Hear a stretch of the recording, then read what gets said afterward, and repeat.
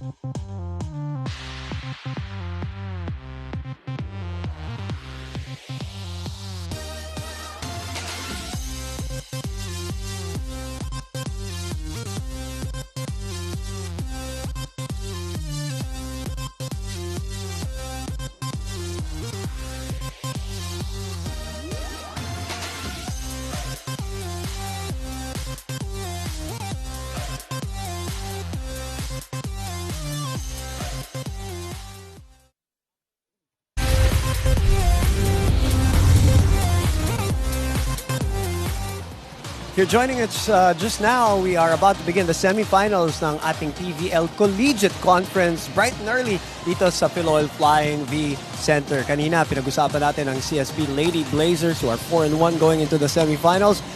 And let's talk about the undefeated Adamson Lady Falcons. Your impressions on the team? Coming in a very clean slate. Obviously, this team is in control.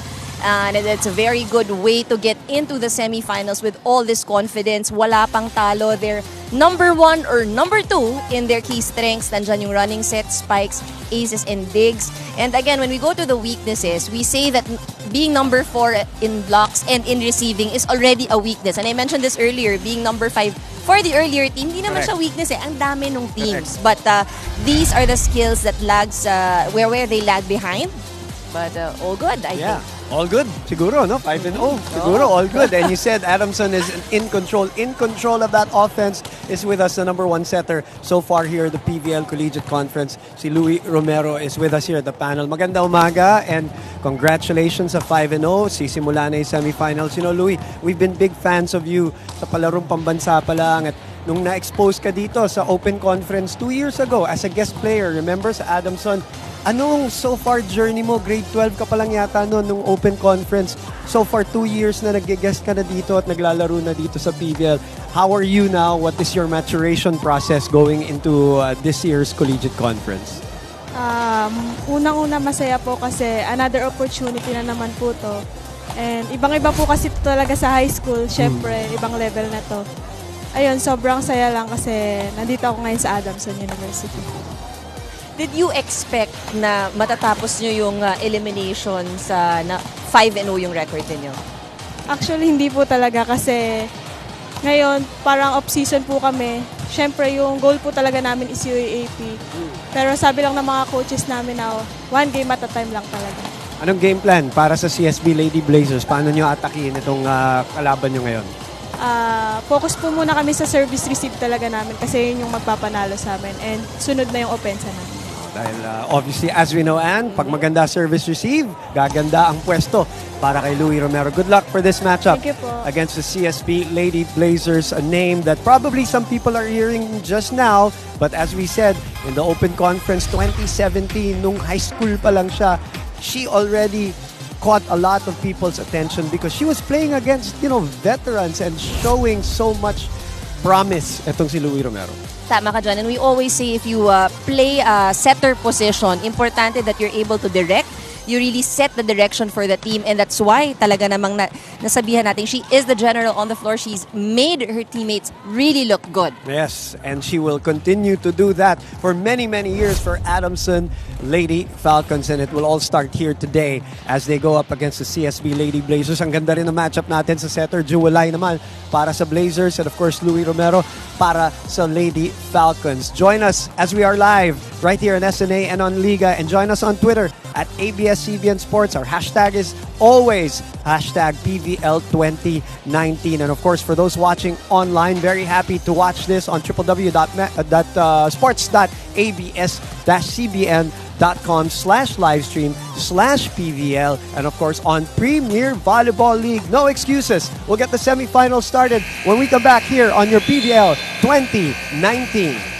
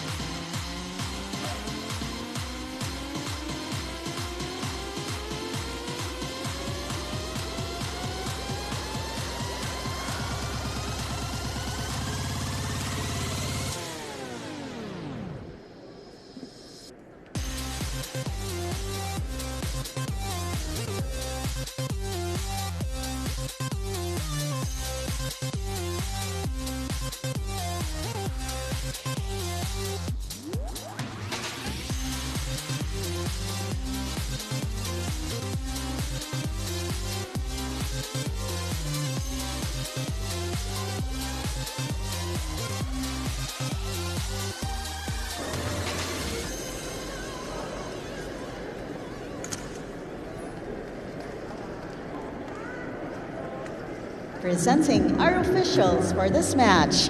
First referee, Mr. Mark Anthony Santos, National Referee. Second referee, Mr. Fernando Velarde, National Referee.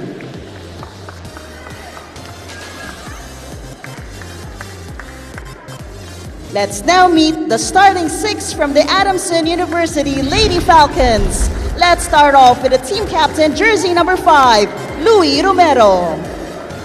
Number 2, Trisha May Genesis. Number 4, Riza Cruz. Number 6, Cesa Pinar. Number 9, Lucille May Almonte. And number 18, Laureen Grace Toring. With liberos, number 10, Joanna Karen Gardeflor, and number 13, Kay Lazo, mentored by their head coach, Ms. Lerma Hiron. Let's now meet the starters from the College of St. Benilde Lady Blazers. Let's start off with the team captain, jersey number 1, Jewel Lai. Number 3, Michelle Gamit. Number 9, Gail Pascual. At number 10, Micah Go. Number 14, Janelle Tumang. And number 15, Larissa Abriam. With liberos, number 6, Janela Sulid. And number 16, Arian Dagil. Mentored by their head coach, Mr. Jerry Yee. This is game 1 of the semifinals round. Good luck to both teams. Coach Jerry Yee para sa CSB Lady Blazers.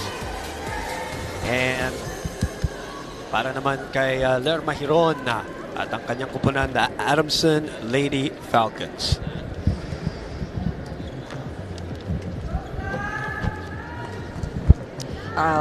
And our starters for both teams, very familiar names that we see on the floor. So our coach is sticking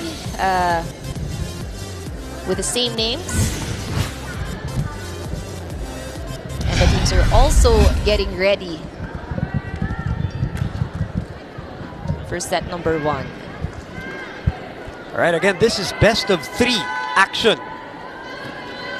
Para dito sa Adamson and CSB mamaya. Of course, Ateneo and UST, the rematch of the finals. UST looking good. Laure really just blasting throughout the collegiate conference, while Adamson with Trisha Genesis and Louis Romero leading the way. Pero CSB draws first blood para sa atin dito sa ating semifinals to officially start our semifinals. Gail Pascual will be the first person to score. Serving for the Lady Blazers.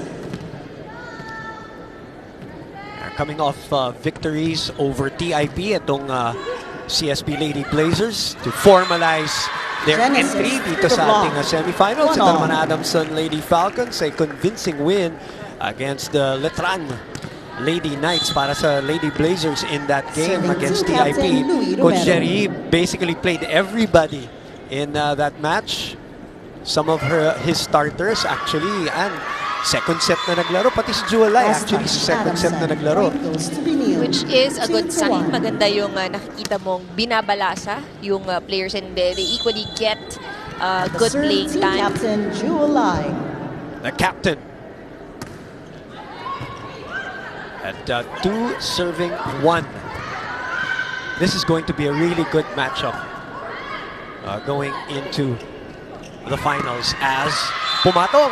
Pinar with a combination play. Pinar, who also top scored in that match against the Lady Knights with 13 points alongside Trisha Genesis. What's good is that while we're just starting the game, you see that the points are not earned off errors. You're seeing a good first ball. Lahat ng puntos na gagaling sa offense. I expect an attacking rally. This is already semifinals. Like we said, the best of the best, the 4 best teams of the 12 field team or 12 team field. So ang mga rallies dito, we expect a lot of quality rallies, especially combined. They have only lost once, both of them, right? So obviously, we are expecting high quality volleyball here. As Turing scrapes the net.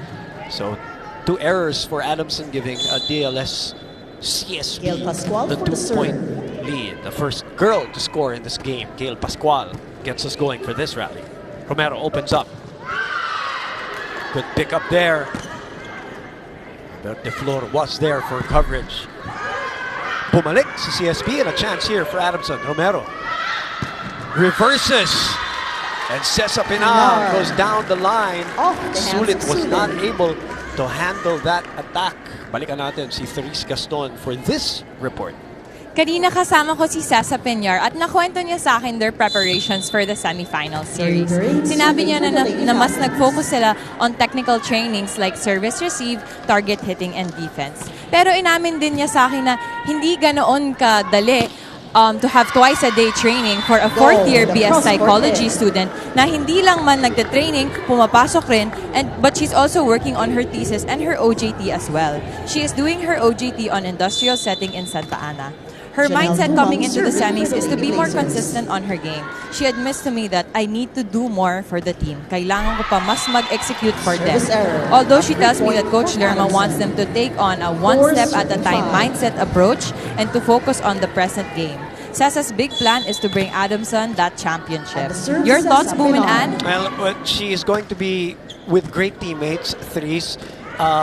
They're promised to have better conditioning with Coach Tai now being involved there, Mosey Ravenna being involved there. So the program in general, Mosey, is looking very bright for Adamson. That's right. And of course, I'm sure a lot of people are anticipating yung kanilang journey. That's a great thing now also, no? Yung mga volleyball fans, nasusubaybayan nila yung nagiging progress ng kanilang teams. Long rally here, the longest so far. As Romero opens up. Oh, look at that attack. Almonte and down the line. With her distribution skills, Lucille Almonte able to drill that down the line. Look at the form. And look at the velocity behind that spike. Pinar serving. Pinar serving, scraping the net. Lai, pumunta dun sa kabila. Ang ganda ng angulo. And that's really one of the things that I've noticed really 6-5 in from favor of the Lady Clarissa. Blazers. She loves that angled cut shot from that area, which is so tough, and you know that is such a hard thing to execute. Larissa Abriam Yeah, but serving it works for the her. college She St. is Helena. able to consistently execute it. And it's tough to defend, whether you're blocking or floor defense. That's a touch. A ball Check. touch is called in So CSB. Almonte gets another point goes to off that Adamson. attack. 6-all. 6-all. Biggest lead here for CSB was 2. Adamson has not led in this game. Lucille Almonte is serving Well, they for have not Adamson. led, but they've always managed to catch up and to keep it very, very close. Ooh, underneath the ball. Attack goes out. Para dito kay Michelle Gamit. On a running attack. And she is frustrated off of it. So first lead of the game by the 5-0 Adamson Lady Falcons here in our PVL Collegiate Conference Final Four. Bump set. Apriam. Ayan, yun na naman yung angulo Abriam pakaliwa. from the back. 7 So all. nice to look at. She's built like an athlete too, and when you look at her frame, And when you see her leap, you see the approach, you see the reach also. Micah Goss serving for CSB. 2016 NCAA champions, as this one That's catches an the line. ace. First At technical nakauna timeout. pa sa CSB technical 8, timeout, Adamson snatching the lead 7. again are the Lady Blazers of CSB.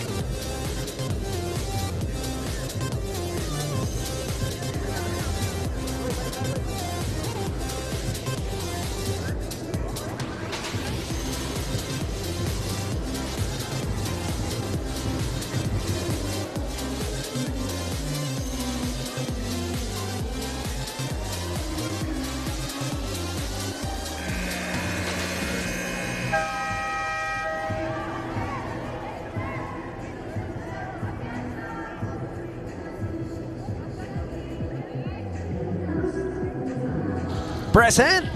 DJ Jimmy has made it to the Philoy Lively Center early on.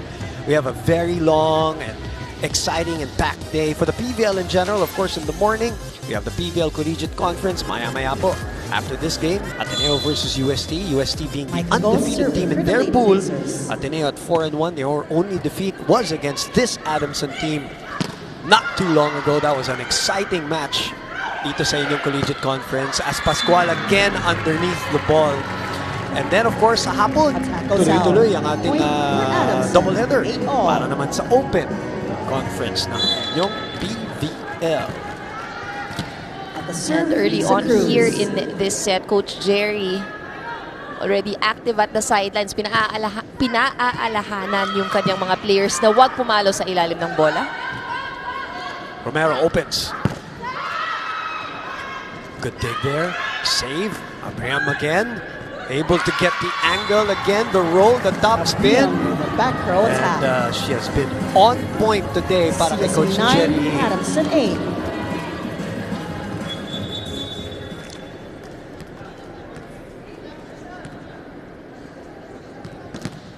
Wiping the floor here to make sure. As Michelle Gamit gets ready. 9 serving 8 in our first matchup. Michelle Gamit Ang for ating the serve. semifinals. Best of 3. Good reaction there by Pascual. Pinalikan na naman dun sa gitna. Sinungkit. Romero opens up. Genesis. The #1 scorer Last touch of for the Vinil. league. Substitution, Vinil. 14 out for Ventura in. These are girls who are no strangers to the PVL in general. Genesis for the Collegiate Conference, Riza Serving Cruz team at saka sila captain Louie Louie Romero Romero. have played guest players in the Open Conference as Pascual is blocked. But a chance here for CSB. Sa likod, pumunta kay Abriam. Over-received, over-dug. Ball is across. And another point for CSB here. 10-9 in favor of the Lady Blazers. CSB struggling a bit when it comes to scoring from the net. No, most of Serving their team scores captain July. coming from Abriam, whether she, even if she's at the back. Romero with that nice Taring center to ring. off the block. 10-all. It's amazing. And she's grown also since the 2017. I don't mean that figuratively. She has put on some weight. She has for Adamson. gotten a little taller. Because I remember her in that open conference when she was a guest player, when Coach Onyok sabi niya, oh, mag-guest ka sa Adamson. I remember she was not part of Adamson yet. During that time, Kings Montessori pa siya, finishing her high school. And then bubunutin ka para maging guest player dito sa PVL for Adamson. And she really looked like a kid out there 2 years ago. But boy, grabe yung kanyang setting skills talaga. Serve goes out. Coach Erpada, I remember, was so excited with her, with Riza Cruz, of course, Genesis, as she was the coach at the time, recruiting. And why not if you see a very good talent? And it's great to see that she landed, as expected kung saan yung school na naglagay sa kanya in the first place as a guest player. Yes, oo nga, tama. Nakatali ang kanyang loyalty kay Coach Onyok.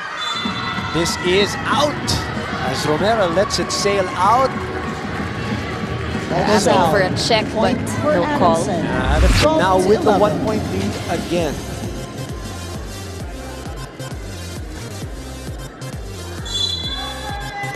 Imagine that, yun yung mga high school guys player. It happened to Ea Laure also in the V-League, di ba? No, high school pa lang siya, sinama siya sa UST. And it's always good to expose them at a young age. Gives them that kind of confidence. Oh, going up against pros or senior players like pati silang mga labnan from UST, di ba? Adamson, guest 13, player UST. So 11. Adamson now, with that block, give themselves their biggest lead of the match. 2 points, 13-11.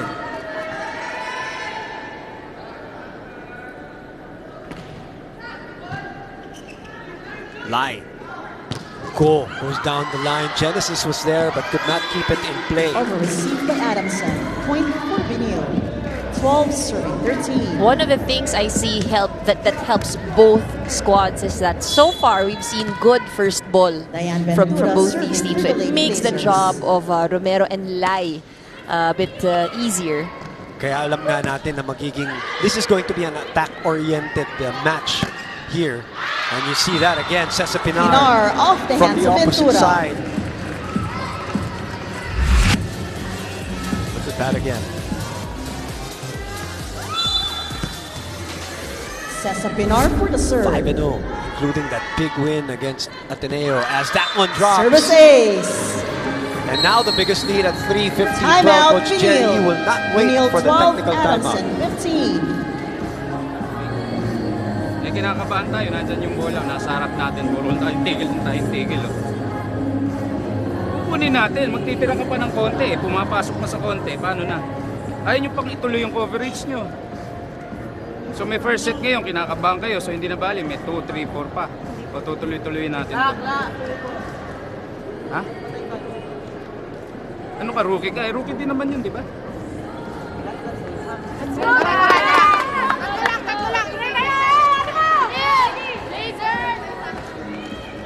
Coach Jerry Yee with his first timeout of this match dahil not only did he lose the lead, they're now down by 3. Again, back to 0 tayo dito. All of those 5-0, 4-1 stuff doesn't matter anymore.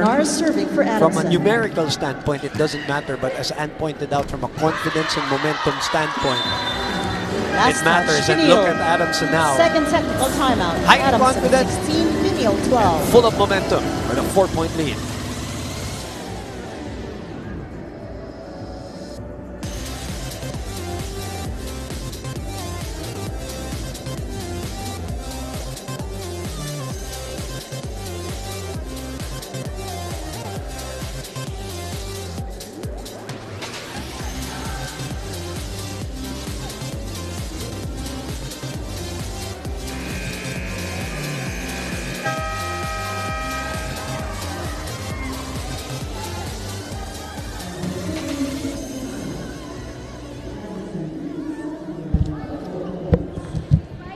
The early morning crowd here para sa inyong Premier Volleyball League Collegiate Conference po ang ating pinag-uusapan. Semifinals po ang ating pinag-uusapan. At Adamson at CSB ang ating unang matchup. Back row. The chase by Lai. Abriam. Louis will overset this one. And it crawls back to Adamson. And CSB gets the point. Ball goes in. Point goes to Benil. Adjusting with the left hand. Siriza Cruz. But could not Clarissa get it to Abriam drop. serving for CSB. So Clarissa's back. Back row again to serve. Genesis receiving. And as always, Louis Romero with will the always 1-2 have one play. of those at least. Adamson, On Southwest 17, Center, Benil, the champion. 13. It's part of the NCR. Perfect timing on that drop. Lucille Almonte serving. Exciting for Adamson and for her personally. Lai. Run and gun for Gamit. And A somebody ball touched touch. that ball. It's It's called on checked. Adamson. Point for CSB Benil. staying here 14 within 3. serving Biggest 17. lead has been 4 for Adamson.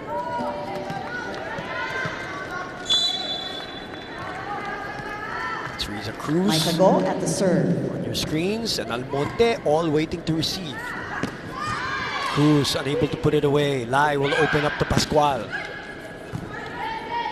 Louis. Oh, what a play. This one's out though. Ball goes out. I like seeing that there's actually no pattern.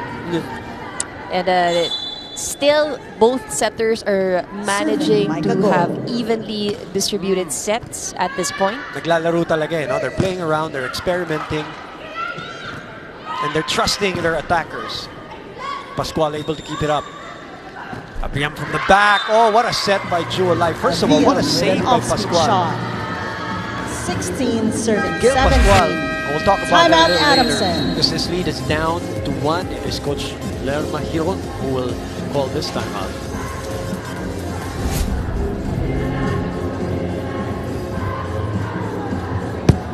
Hindi tayo mag-block. Habang umatras tayo, tumingin tayo sa bola, mag-receive muna tayo.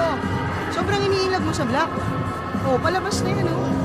Pag-angat mo na lang paluin mo, mas mabilis. Okay? Mas mabilis. Pag-iwala mo yung dalawa. Oh, let's go. Receive tayo. Sasa, humingi na, ha? Hey, Adamson!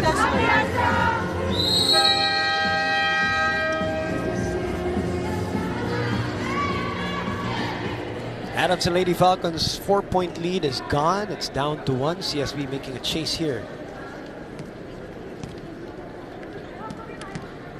As both Coach Jerry Yee and Lerma Micah Hiron Go. have now called the timeout each. Micah Go still serving Here for in the the Lady first set, we're Blazers. expecting a real battle royale dito between these two teams who a very good matchup personnel-wise. Pascual, you know, I was wanted to talk about Pascual her, sees the especially hole. because she's right in front of her. That ties the score, You know, covering 17 her all. here in the collegiate conference and looking at her style. It's very unorthodox, her approach, Yes. her swing, Still on the diba? serve, It's Micah very Go. unorthodox, but very effective for her. It works, and it could also be because she Pascual. is quite Blocks difficult to read Cruz. because nga it's Benil unorthodox. now So up the by 1 timing, point. block her should be a bit different. At panoorin niyo po pagka Service umatake ball. siya, lalo na dito sa open side, makikita niyo yung sinasabi namin, a little different. As CSB, by the way, has taken over the lead now. Romero will open. Genesis will get it back.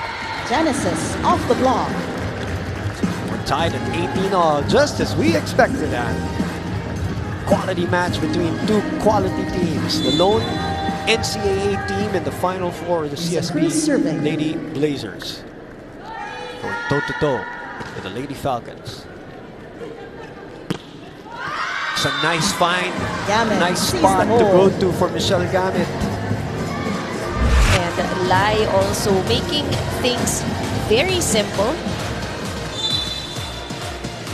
Michelle Gamit serving for Benil. Another one who looks, you know, just in great shape as compared to when we used to see her back in the UAP. Remember, Anne?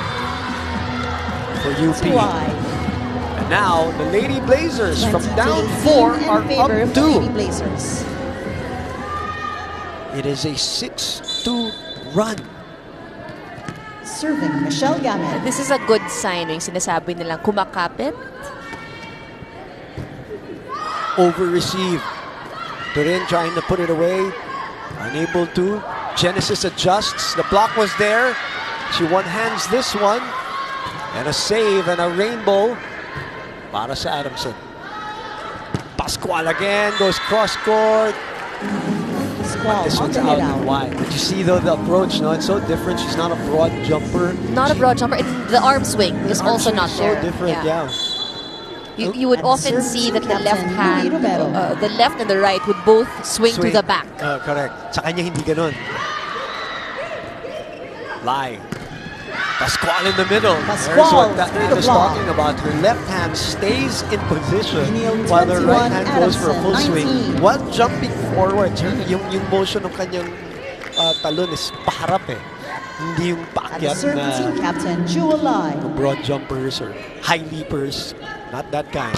Not like this girl, Genesis. This ball's still alive. Good save there by CSB. Ganda ng play. Ang ganda ng play. Pinar. Says Pinar. Same spot, but a different player attacking here on this other side.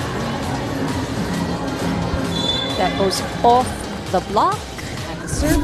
Oh, we have a good one here. 20 serving 21. Genesis now in the back row. Apriam. Oh! And it was looking like it was going to bounce in. 21 all. Micah Go could not keep it in play. Tingnan natin. This would be the angle to see it actually. Yeah, it was gonna. Looks like it was still gonna stay. Tapla na naman. Down 2. Tumapla na. Pascual on the other side. Chance here for Adamson to take the lead. Pinar attacks and puts it away. Down the line by Pinar. Dagi was there, but the ball was just so strong. 21, she couldn't handle it. Ganda ng palitan natin dito. Pero manaling sarili mo. Hinihintay niyong manalo kayo dahil sa error nila eh. Yun yung gusto mo. Gusto niyong manalo kayo, gumawa. Cover na nga, kakaunti na lang eh. Lumusot pa, Sus Mariosep. Ayos tayo. Come on, sige.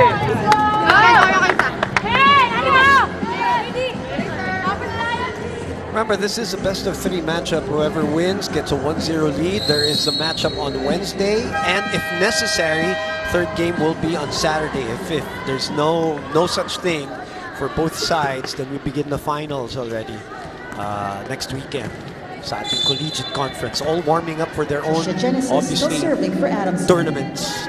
The UAP and the NCAA and Genesis, iced by Coach Jerry Yee. Tied again at 22. I think she knew it already from the time she hit the ball. Napalakas. So 22 all. Pascual serves it to Adamson. Pinar. Inunahan yung blockers. What a perfect set by Louie Romero. There's a reason why she is the #1 setter here. A reason why she's also best setter palarong pambansa. Substitution Adamson. Inaabangan talaga Adamson. As Hannah Infante will come in, march in to serve 23-22. Hannah Infante serving for the Adamson Lady Falcons.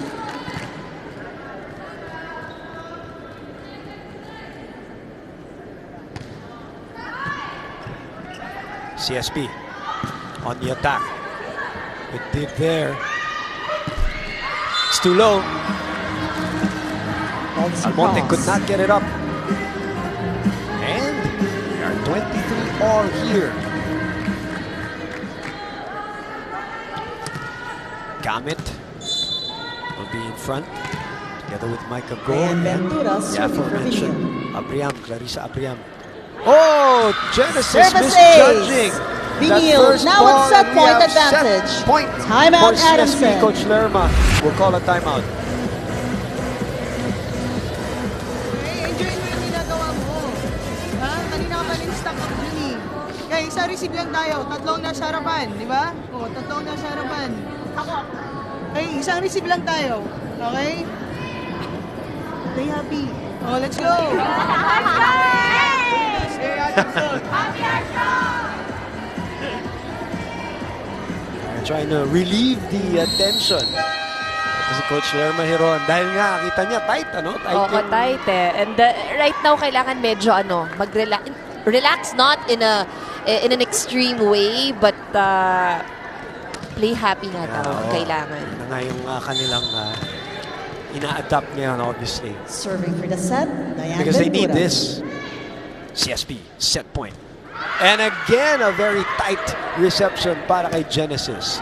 Pagkakataon para sa CSB. Lai will go up top to Micah Go. And an offensive block. What a clutch block by Cesar Pinar. Ties the set, 24 We're all. only in our first set, and we can see that both teams will definitely want to start off this game winning set number 1. Kasi gusto mo makuha yung advantage na yan eh. So, we've been swinging back and forth here. Woo! What a bullet! Abriam with a kill. Quality rallies as expected. And the 5th best scorer of the league finds a spot in Genesis. In that back row has been suspect here at the end of the first set. Feeling a little bit nervous as a second set point for CSB. Romero opens up. That is out. Nobody touched the ball, and CSB comes back from 4 points down to take set number 1 of the best of 3 semi-final matchup between them and the Adamson Lady Falcons.